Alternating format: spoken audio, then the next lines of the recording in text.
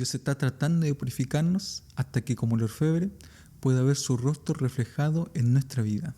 La cuestión es, ¿estamos nosotros dispuestos a pasar por ese proceso de purificación para así poder reflejar la imagen de nuestro Creador? Esto es lo que nosotros vamos a estudiar en la lección de esta semana.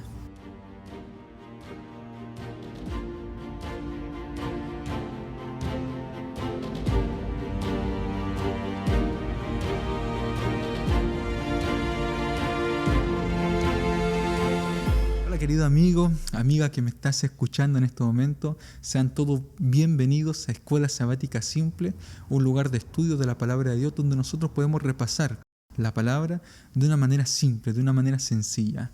El título de la lección de esta semana es Ver el rostro del orfebre. Sin duda hemos comprendido que avanzar en la vida cristiana significa que van a venir crisoles, que van a venir dificultades, que no todo, ¿cierto?, es un camino despejado. A veces llegan los problemas, pero lo importante es saber que en medio de todos esos problemas nosotros podemos salir más purificados, podemos salir con una fe más desarrollada y podemos entender que en el camino, en el trayecto, siempre Dios va a estar de nuestro lado.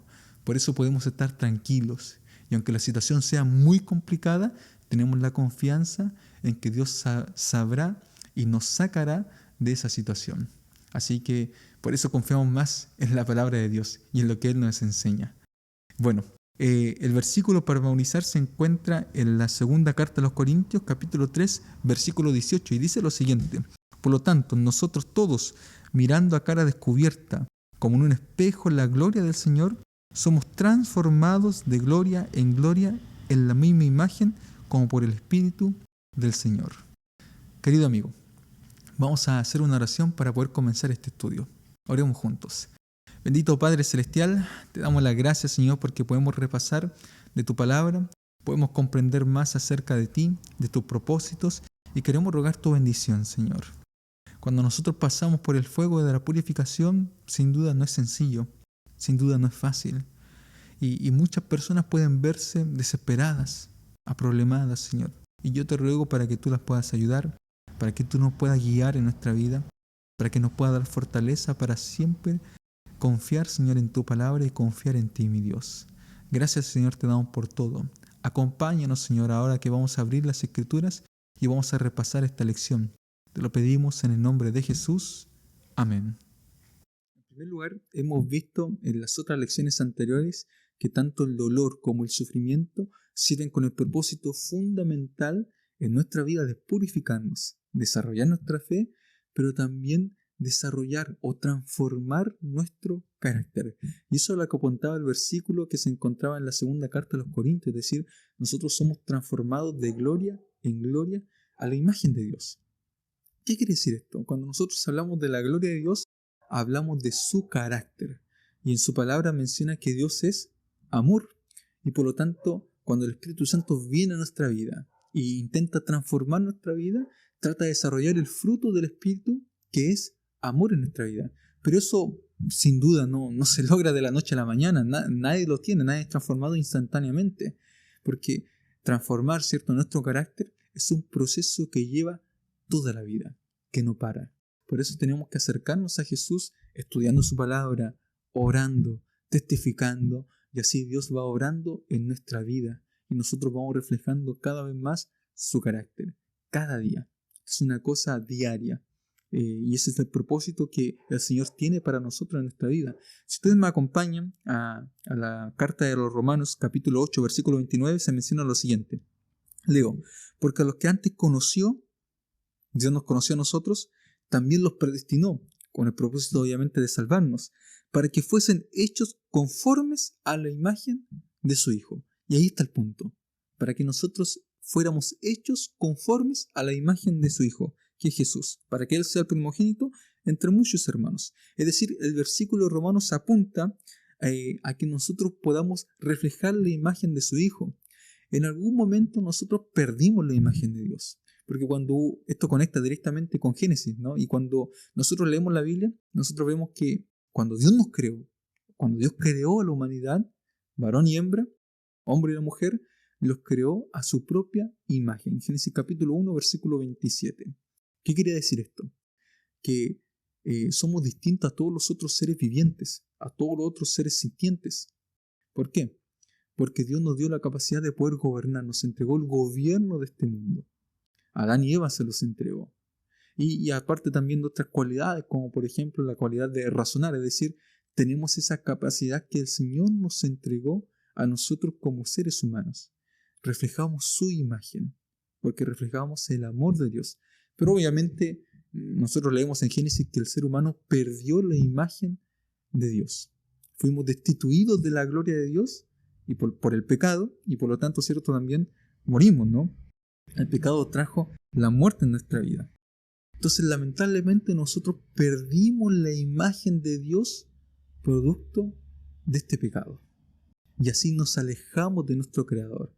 Porque el pecado es eso, el pecado en definitiva es huir de la presencia de Dios. Y si nosotros huimos y dejamos de ver a Dios, entonces, claro, con el tiempo van pasando las generaciones y vamos perdiendo poco a poco la imagen de nuestro Creador como seres humanos. Y esto es algo fundamental. La lección, el autor de la lección apuntaba a otro aspecto también que tiene que ver con el gran conflicto. Elena White dice lo siguiente en el Deseo de todas las gentes, página 626. La misma imagen de Dios debe reproducirse en la humanidad. O sea, Dios quiere restaurar su imagen en nosotros. Ok, hasta ahí estamos bien.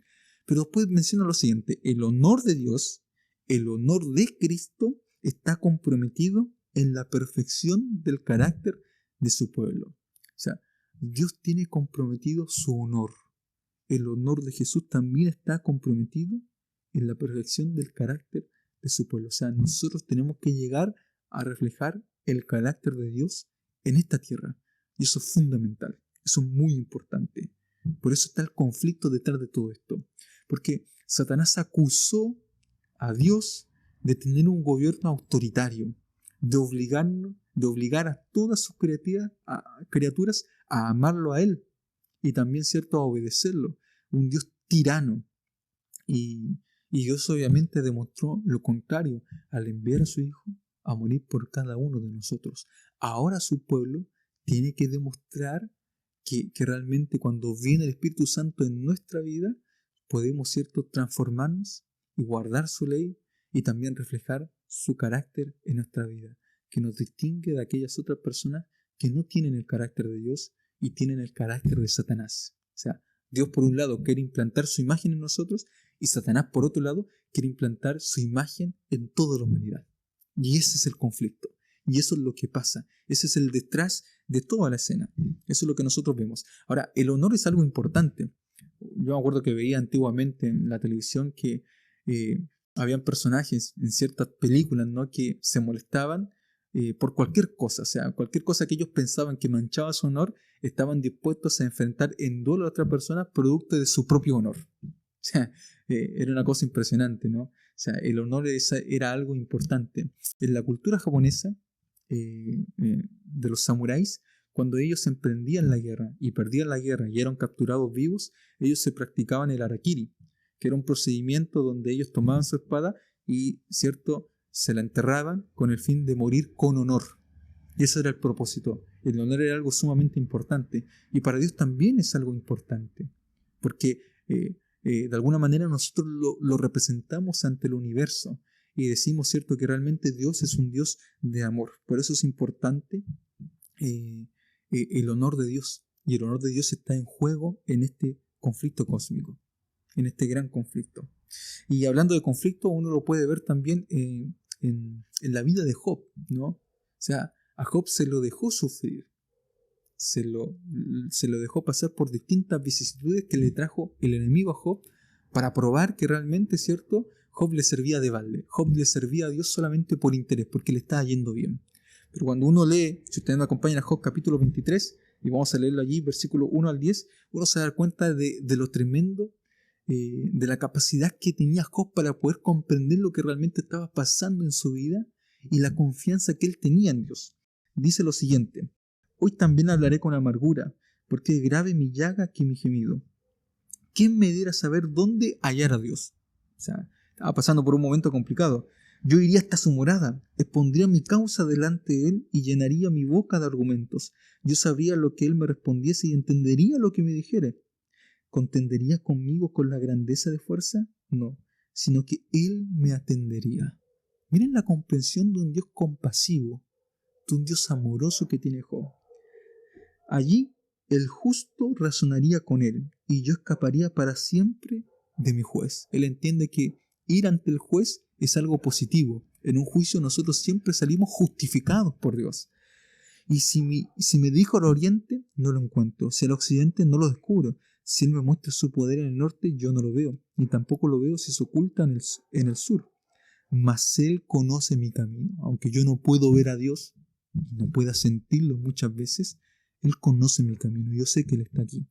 Y si me prueba, saldré como el oro. O sea, Job tiene una vista positiva de las perplejidades que él está viviendo en su vida, porque tiene en cuenta de que cuando Dios prueba nuestra vida, nos purifica como el oro. Y Job sí que es el ejemplo de un ser humano probado. Sí que es un ejemplo para cada uno de nosotros. Como dijimos, Job no logra ver a Dios, no logra ver el conflicto, no logra ver lo que pasó, lo que hablaron Satanás y Jesús. No logra él. Él vive, cierto, su vida diaria, pero confía en su Creador, confía en Dios. Job sabe, cierto, que las pruebas, que el sufrimiento le ayudarán a ser purificado como el oro. Conocemos que detrás de toda la desgracia de Job siempre está allí el enemigo, Satanás, por un lado, ¿no? Para que reniegue de Dios, para que desconfíe de Dios, para que deje de ver a Dios como alguien bueno, como un Dios misericordioso. En este conflicto, el enemigo entonces quiere imponer su imagen sobre las personas. Eso es lo que pasa. Así nosotros podemos ver, ¿cierto?, cómo ocurre este gran conflicto y lo que pasa en nuestra vida. El enemigo, ¿cierto?, quiere que nosotros reneguemos, quiere que nosotros nos rindamos. Cuando tú estás pasando por el dolor, cuando estás experimentando una pérdida, cuando estás experimentando una separación, cuando estás experimentando, ¿cierto?, un sufrimiento, cuando estás experimentando una dificultad en tu vida financiera, problemas de trabajo, en la familia, bueno, en todas estas cosas, el enemigo quiere que nosotros reneguemos. Quiere que nosotros nos apartemos de Dios. Quiere que veamos o tengamos una visión distorsionada de nuestro Dios. Y no lo veamos como un ser misericordioso, que se preocupa por cada uno de nosotros. Y eso es lo que pasa. Pero Dios también lo purifica. Dios es amor. Y Dios va trabajando en la vida de cada uno de nosotros. Nosotros tenemos que prestar atención, como menciona la lección, a las últimas palabras de Jesús, a las últimas parábolas que Jesús mencionó. Y la lección apuntaba hacia algo importante, que era, por ejemplo, las parábolas de las 10 vírgenes. Cuando nosotros leemos la parábola de las 10 vírgenes que se encuentra en Mateo capítulo 25, versículo 1 al 12, generalmente interpretamos que el aceite que les falta a esas 5 vírgenes, ¿cierto?, que eran insensatas, porque todas se quedaron dormidas, pero habían 5 insensatas que no llevaron provisión, es el Espíritu Santo. Y claro, es una interpretación correcta. O sea, nosotros necesitamos el Espíritu Santo. Pero cuando Ellen White habla acerca de esta parábola, menciona algo que es bastante interesante, que tiene que ver con el carácter de Dios. Y que nosotros no podemos ir, el carácter de Dios reflejado en nuestra vida, y que nosotros no podemos ir a buscar el carácter que no desarrollamos en nuestra vida. No podemos pedírselo a un hermano prestado. No podemos pedírselo a otra persona. Es una experiencia personal con Dios. Es algo que nosotros tenemos que desarrollar. Estas dos interpretaciones van de la mano, porque es el Espíritu Santo, reflejado en el aceite, el que va formando nuestro carácter, a su imagen y semejanza. Es el Espíritu Santo que viene como representante de Cristo y hablará las palabras de Cristo, y viene a hablar de justicia, de juicio, y viene, ¿cierto?, con toda la verdad, para que nosotros, ¿cierto?, podamos reflejar esa verdad en nuestra vida. Bueno, ¿cómo queda demostrado el carácter? ¿Cómo nosotros demostramos nuestro carácter? Bueno, en las obras que nosotros hacemos. Así es, no hay otra manera, no hay otra forma. También, ¿cierto?, a través, ¿cierto?, de lo que nosotros hacemos, nosotros vamos demostrando lo que nosotros tenemos dentro de nuestro corazón. Es la ley de los frutos de la vida de las personas. No podemos entregar, no podemos, ¿cierto?, demostrar aquellas cosas que no somos aquella cosa que no tenemos. Damos por fruto aquello que nosotros somos realmente. Y así queda demostrado en nuestras obras. Por eso en el juicio final, Dios separa, ¿cierto?, a los cabritos de las ovejitas y los separa, ¿por qué? Por las cosas que hicieron, ¿no? Porque tuve hambre y me diste de beber, tuve hambre y me diste de comer, tuve sed y me diste de beber. Por eso, es por las cosas que nosotros hacemos, que reflejan que nosotros andamos en el amor, que tenemos la imagen de Dios en nuestra vida. No hay otra manera, no hay otra forma. Son nuestras acciones justas las que demuestran lo que tenemos en nuestro interior. Y una persona que no tiene el carácter de Dios no va a poder reflejar ese amor por mucho tiempo. Es imposible. No le va a salir, puede aparentar, pero no va a tener el fruto verdadero en su vida. Y eso pasa, ¿no? Por eso, desde una perspectiva más escatológica, la lección también nos apuntaba al libro de Daniel y nos mostraba estos mismos dos grupos. ¿Y qué pasa con estos dos grupos? Si nosotros nos vamos a Daniel, vayan en sus Biblias a Daniel capítulo 12, leemos lo siguiente en el versículo 1 en adelante. En aquel tiempo se levantará Miguel, el gran príncipe, Miguel es Jesús, que está de parte de los hijos de tu pueblo. Será un tiempo de angustia, cual nunca fue desde que hubo gente hasta entonces, pero en aquel tiempo será libertado tu pueblo, todo lo que se hallen inscritos en el libro. Muchos de los que duermen en el polvo de la tierra serán despertados, unos para vida eterna y otros para vergüenza y confusión perpetua. Dos grupos siempre, unos vida eterna, otros vergüenza y confusión, pero los entendidos, este grupo especial, este grupo que ha comprendido lo que es caminar con Jesús, aquellos, ¿cierto?, entendidos resplandecerán como el resplandor del firmamento, y los que enseñan la justicia a la multitud como las estrellas a perpetua eternidad. Versículo 10. Muchos serán limpios, emblanquecidos y purificados. Tenemos un grupo. Limpios, emblanquecidos, purificados. Y ellos, cierto, que son los entendidos, aquellos, cierto, que comprenden la palabra de Dios. Pero también dice acá, los impíos procederán impíamente y ninguno de los impíos se entenderá, pero los entendidos comprenderán. Eso pasa. Tenemos un grupo que va a seguir purificándose. El que es puro, purifíquese todavía. Pero el que es impuro, se va a ir degradando todavía. Es verdad que todos nosotros somos pecadores. Eso es algo innegable. Pero tenemos dos opciones de vivir esta vida. Somos como los entendidos, que van a resplandecer, van a reflejar el carácter de Dios. Algo así como lo que pasaba en Moisés cuando estaba tanto en la presencia de Dios, su rostro se iluminaba, ¿no? Y, o sea, reflejaba realmente en su vida el carácter de Dios. Y Moisés llegó a ser el hombre más manso de la tierra, porque era el único profeta que hablaba cara a cara con Dios, es decir, estaba ante su presencia. Y obviamente su carácter iba siendo transformado. Y por el otro lado tenemos a este otro grupo que lamentablemente se va degenerando, que lamentablemente va teniendo la otra imagen, que es la imagen del enemigo, que es la imagen de Satanás, y va desvirtuándose en su vida aquellos principios, aquellos valores que son correctos, y va perdiéndose poco a poco. Eso es lo que nos muestra Daniel capítulo 12. Los malos entonces se deforman, se depravan más en su carácter, y los entendidos resplandecen a la imagen de Dios todavía más, y van creciendo. La pregunta es, ¿cómo nosotros vamos desarrollando, aparte de los desafíos, aparte de los problemas, aparte, ¿cierto?, de las vicisitudes que nosotros tenemos que vivir en esta vida y enfrentar las pruebas, y enfrentar todos los problemas? ¿Hay alguna otra manera? La lección nos menciona que también hay otro aspecto que es importante, que es el aspecto comunitario, es el aspecto de la iglesia. La iglesia, los hermanos, nos ayudan también a desarrollar nuestro carácter. Hay un versículo en Proverbios que dice que el hierro se afila con el hierro, así como el hombre con el trato con el hombre. Y esto es importante. Cuando tratamos con otras personas, cuando vamos trabajando y vamos orando juntos y vamos avanzando en comunidad, vamos desarrollándonos también nosotros. En Efesios capítulo 4, versículo 11 en adelante, nosotros leemos acerca de los dones espirituales. Dios entregó dones a la iglesia, don de profecía, de apostolado, pastores y maestros, y todas aquellas cosas, con el fin de que nosotros pudiésemos ser perfeccionados, con el fin de que nosotros pudiésemos crecer. La iglesia como comunidad cristiana nos sirve a nosotros para poder crecer y desarrollar aún más el carácter de Dios. Nadie se va a ir solo al cielo.